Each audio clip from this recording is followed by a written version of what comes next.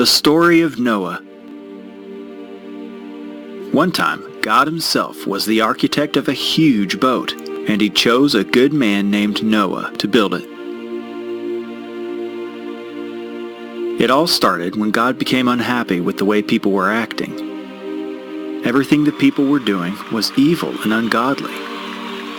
Nobody seemed to love God anymore. Nobody except Noah. God looked down at the evil that was in the people and decided to destroy the whole earth with a great flood. He only wanted Noah and his family and the animals to survive. So God taught Noah how to build a giant boat that was big and strong enough to make it through the terrible flood. The boat was to be huge, 300 cubits long, 50 cubits wide, and 30 cubits tall.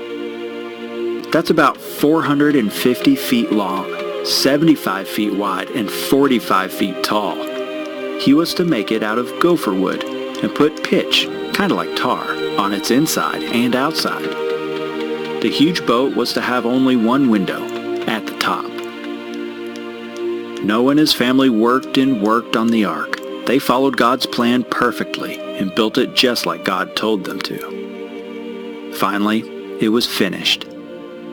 But their work was far from over. Next, Noah and his family were to gather the animals. 2 by 2 they came in and filled the massive ark. They had to keep the animals fed, clean, and happy. It was a whole lot of work, but it was probably really fun too. Imagine Noah and his family waking up early in the morning and checking on the animals. By the time they were done checking on them, it was probably already time to go to sleep again. Finally, Noah and his family were ready.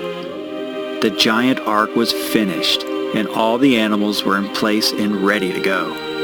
Then, after years and years of preparing for it, for the first time in the history of the world, it started to rain. It rained and rained until finally the whole world was covered with water.